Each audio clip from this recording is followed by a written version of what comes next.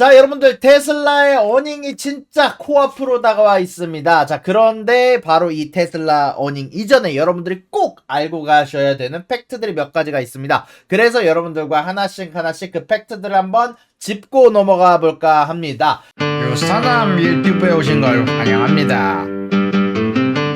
자, 일단 테슬라 같은 경우는요, 최근 안 좋았던 뉴스들이 많았던 만큼 지금 주가도 사실 좋지 못한 상황을 보여주고 있죠. 자, 일단 테슬라 같은 경우는요, 전 쿼터에서 예상치를 더블 미스하는 결과가 나왔습니다. 자, 일단 매출과 EPS 양쪽에서 일단 미스를 했었고요. 이번 쿼터에서도 사실 좋지 않은 예상치가 많습니다. 전년도 그리고 전 쿼터보다 못한 적은 판매량과 EPS를 기록할 것으로 월가에서 예상을 하고 있고요. 사실상 최근 들어서 성장하는 모멘텀이 멈췄다라고 얘기가 많이 나오고 있습니다. 그리고 그 이유는 명확합니다. 바로 중국에서의 성장이 줄어들고 있습니다. 이제 테슬라의 중국에서의 최근 가격 인하로 인해서 전기차 시장에서의 가장 커다란 운영 마진 전부 이를 위험에 처하고 있다라고 에버코어 ISI에서 새롭게 보고서에서 경고하기도 했는데요. 에버코어의 크리스 맥날리에 의하면 중국에서의 전기차 사업이 이제는 이자 및 세전이익 기준으로도 손익분기점보다 못하거나 일단 손실을 볼 수 있다라고 언급이 되기도 했었는데요.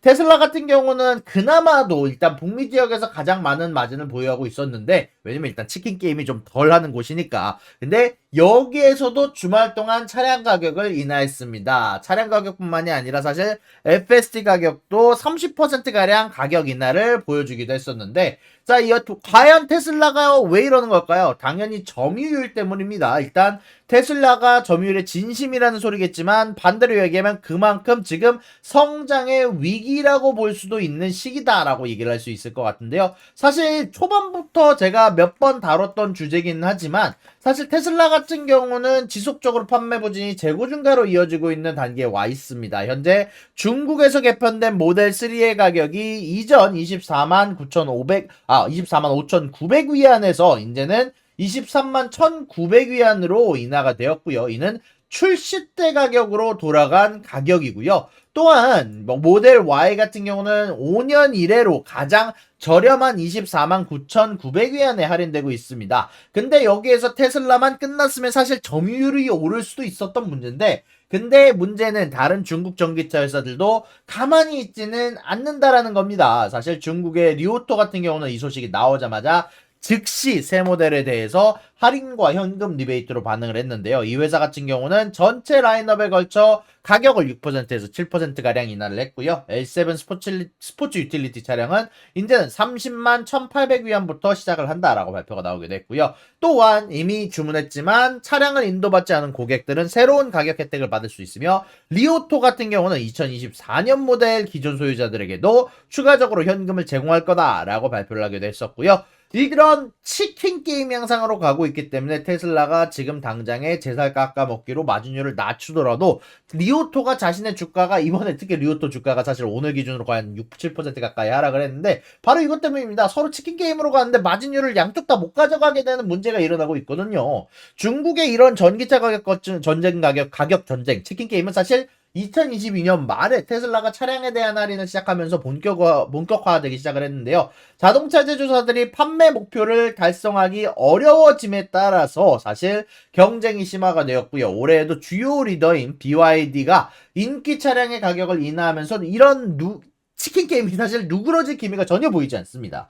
그리고 여기에 대해서 BYD는 지속적으로 높은 점유율을 가져갈 것으로 예상되는 상황이고요. 실질적으로 BYD 같은 경우는요, 전체 자동차 시장 점유율 1위를 달성하게 되면서 복스바겐도 제쳤고요. 내연기관을 포함해도 가장 많이 중국에서 팔리는 차가 BYD가 됐습니다. 심지어 얘네들이 파는 자동차 같은 경우는요, 시거 해치백은 이제 $10,000 미만으로 자동차를 살 수 있을 정도로 어마어마하게 싼 가격을 팔고 있고요. 점유율 같은 경우는 15.4%로 어마어마한 점유율을 가져가면서 1등을 차지했고요. 테슬라라는 내연기관과 전기차를 포함했을 때는 3.7%라는 낮은 수치. 다만 전기차만 포함을 했을 때도, 전기차만 이제 카운트한 것 기준으로도 8.7%라는 상대적으로 낮은 수치의 중국 내에서의 점유율이 머물렀습니다. 이런 수치 같은 경우는 작년 같은 달 기준으로 판매량이 사실 8.6%가량 감소한 수치다 보니까 사실 테슬라 쪽에서도 상당히 지금 중국에서의 성장이 문제가 되고 있다라는 거가 아무래도 중요한 부분일 것 같습니다.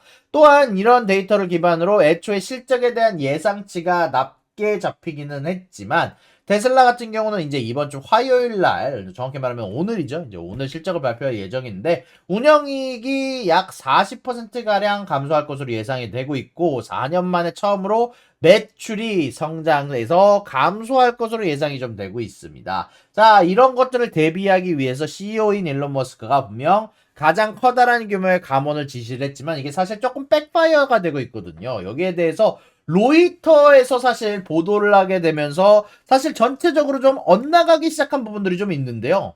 자, 이런 가운데 안에서 제가 봤을 때 사실 어닝에서 가장 중요할 것은 바로 이 로이터에서 보도했던 소식이 아닐까 싶은데요. 사실 로이터에서 약 2주 전이죠. 테슬라가 아무래도 모델2 저가형 모델을 포기를 한 것 같다. 근데 이걸 포기를 했다는 사실은 중국에서의 시장을 포기를 한다라는 거거든요. 그래서 일론 머스크가 바로 거짓말이다라고 얘기를 하긴 했지만 사실 정황이 심상치 않아 보이기는 합니다. 이번에 테슬라가 대규모 감원 발표를 하면서 파워트레인과 배터리 쪽 분야를 이끌던 핵심 인원들을 좀 잘랐거든요. 특히 드류 바글리노 부사장을 잘랐는데 이 친구 같은 경우는 파워트레인 쪽에 아주 커다란 일을 하고 있던 핵심 인원입니다. 그리고 굉장히 오랫동안 테슬라에서 일했던 친구인데 이 친구가 잘렸다라는 건 일단은 로보택시에 비해서 모델2 혹은 저가형 모델이 그래도 우선순위가 뒤로 밀렸다라는 증거를 쓸 수가 있는데 이런 부분들 관련해서 투자자들의 반응은 살짝 좀 차가운 편이긴 합니다. 투자자들은 여전히 저가형 모델이 지금 당장의 로보택시보다 조금 더 중요한 역할을 해줄 수도 있다라고 얘기를 하는 많이 나오고 있는 편이고요.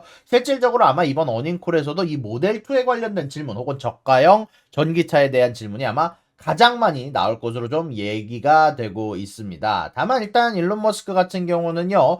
회사의 가장 큰 규모의 감원을 지시를 하면서 동시에 차세대 자율주행 차량 개념인 로보택시를 8월달 기준으로 추가적으로 발표가 있을 거다라고 얘기를 하게 되면서 여기에 사활을 좀 걸고 있는 것으로 로이터에서 보도가 되기도 했었는데요. 다만 아까 말씀드렸던 것처럼 어닝에서 중요한 것은 이 로보택시에 대한 질문보다는 아마 저가형 모델을 진짜 포기했냐에 대해서 아마 좀 더 아마 이야기가 나오지 않을까라고 생각이 좀 들게 됩니다. 자, 볼땐 이렇게 굉장히 길게 얘기하긴 했는데 간단하게 정리하면 테슬라가 일단 기대치도 낮지만 사실 그 기대치에 응답할 만한 여력이 테슬라 쪽에서 없다라고 많이 느껴집니다. 다만 여기에 대해서 뭐 제가 투자적인 포지션을 가지고 있지는 않고요. 이런 상황 아래서 간단하게 이번에 테슬라는 테슬라 어닝뿐만이 아니라 어닝콜에서 나오게 될 모델2를 왜 포기하는가? 포기를 안 했지만 뭐 포기를 안 하면은 뒤로 밀리는가? 왜 드류 바글리노를 잘랐는가? 아마 이런 쪽 이야기가 아마 좀 더 중요한 어닝에서 역할을 해주지 않을까라고 생각이 좀 들게 됩니다.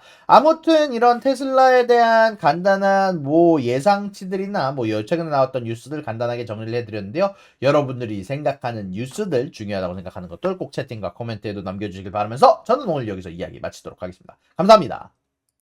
구독과 좋아요는 사랑입니다, 여러분. 유사남의 구독과 좋아요를 눌러주세요. 그리고 여기 있는 비디오도 여러분들을 위해 준비한 거니까 여러분들이 항상 살펴봐 주시면 감사하겠습니다.